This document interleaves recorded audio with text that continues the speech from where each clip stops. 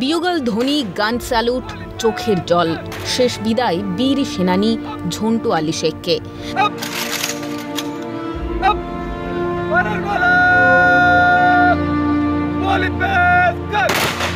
কাশ্মীরের উধমপুর সেক্টরে জঙ্গি হানা রুখতে গিয়ে সর্বোচ্চ ত্যাগ স্বীকার করেন সেনাকর্মী ঝন্টু। জঙ্গি হানা রুখতে গিয়ে গত বৃহস্পতিবার শহীদ হন সেনাকর্মী ঝন্টু আলী শেখ। শুক্রবার রাতের বিমানে কাশ্মীর থেকে ফেরে শহীদ জওয়ান ঝন্টু আলী শেখের মরদেহ।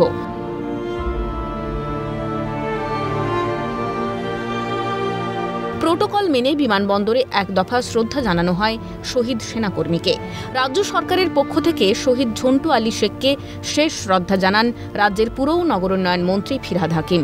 সেখান থেকে ঝন্টুর দেহ নিয়ে যাওয়া হয় ব্যারাকপুরের সেনা ক্যান্টনমেন্টে।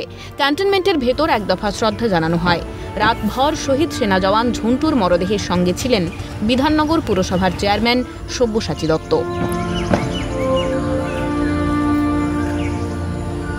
মাননীয় মুখ্যমন্ত্রী মমতা বন্দ্যোপাধ্যায়ের নির্দেশে আমি 9:30 নাগাদ এয়ারপোর্টে পৌঁছেছি।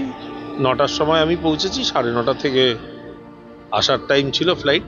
9:40 এসছে, সেই সময় থেকেই আছি। না সেই সময় কলকাতা এয়ারপোর্টে ওনাদের যা প্রোটোকল সেগুলো হয়েছে। ব্যারাকপুরে সেনা ক্যান্টনমেন্ট থেকে শনিবার সকালে দেহ নিয়ে যাওয়া হয় ঝন্টুর তেহট্টের বাড়ির দিকে।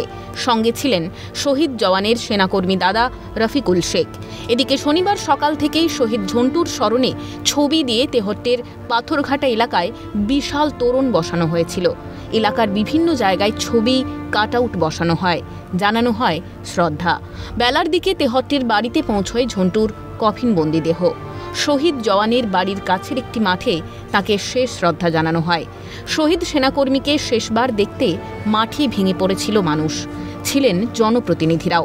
রাতভর ঝন্টুর দেহের সঙ্গে থাকা বিধাননগর পুরসভার চেয়ারম্যান সব্যসাচী দত্ত উপস্থিত ছিলেন কৃষ্ণনগরের সাংসদ মহুয়া মৈত্র, চাপড়ার বিধায়ক রূপবানুর রহমান, তেহট্টের বিধায়ক তাপস সাহা সহ অন্যান্যরা।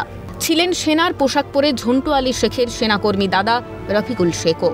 ভাইয়ের মৃত্যুতে একদিকে বুকে পাথর কান্না, অন্যদিকে দেশের জন্য সর্বোচ্চ ত্যাগ স্বীকারের গর্ব।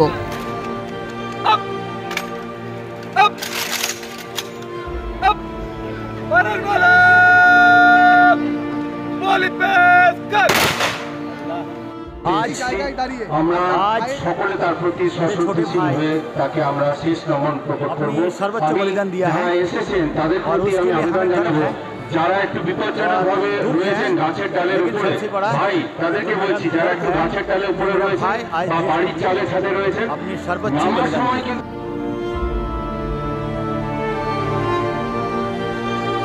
ঝন্টুর মৃত্যুতে ভারী তেহট্টের বাতাস, জ্বলছে প্রতিশোধের আগুন, চাইছে শত্রু নিকেশ। ঝন্টু চিরতরে চলে গেলেন, দেশবাসীর মনে জ্বালিয়ে গেলেন স্ফুলিঙ্গ।